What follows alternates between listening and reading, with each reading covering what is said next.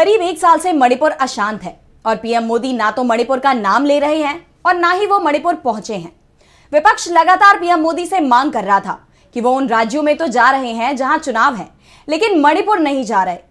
लेकिन अब लोकसभा चुनाव है, पहले चरण में 19 अप्रैल को मणिपुर में वोटिंग है और अब बीजेपी ने मणिपुर को लेकर बड़ा ऐलान कर दिया है, जिससे एक बार फिर बीजेपी घिरती दिखाई दे रही है। विपक्ष लगातार पीएम मोदी पर दबाव बना रहा है कि वो मणिपुर जाएं और वहां पर दो समुदाय के बीच जो टकराव के हालात हैं उन्हें सुधारने के प्रयास करें।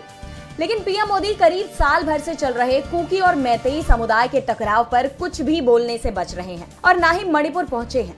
लोकसभा चुनाव में भी पीएम मोदी मणिपुर में वोट मांगने नहीं जाएंगे। पीएम हर उस राज्य में चुनावी रैली करेंगे जहां सरकार बीजेपी की है या जो बड़े राज्य हैं। लेकिन मणिपुर में बीजेपी की सरकार होते हुए भी पीएम मोदी यहां प्रचार के लिए नहीं जाएंगे, ये तय हो गया है। बीजेपी ने साफ कर दिया है कि मणिपुर में वो अपना उम्मीदवार नहीं उतारेगी।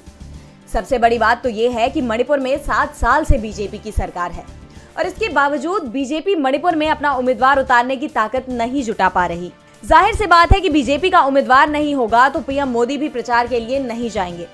इसके साथ ही बीजेपी ने यह भी साफ कर दिया है कि पार्टी मेघालय और नागालैंड में भी अपने उम्मीदवार नहीं उतारेगी। मेघालय के शिलोंग और तुरा पर बीजेपी ने एनपीपी को समर्थन देने का ऐलान किया है। बीजेपी ने लक्षद्वीप में भी अजित गुट के उम्मीदवार को समर्थन देने का फैसला किया है। बीजेपी के इस ऐलान पर विपक्ष ने भी तीखी प्रतिक्रिया देते हुए कहा कि चुनाव से पहले ही बीजेपी ने अपनी हार को स्वीकार कर लिया है। मिजोरम के सत्तारूढ़ party Zoram people's movement (ZPF) ने कहा कि उसने अभी तक ये फैसला नहीं किया है कि वो भाजपा के नेतृत्व वाले एनडीए या फिर कांग्रेस के नेतृत्व वाले इंडिया में से किस में शामिल होगी।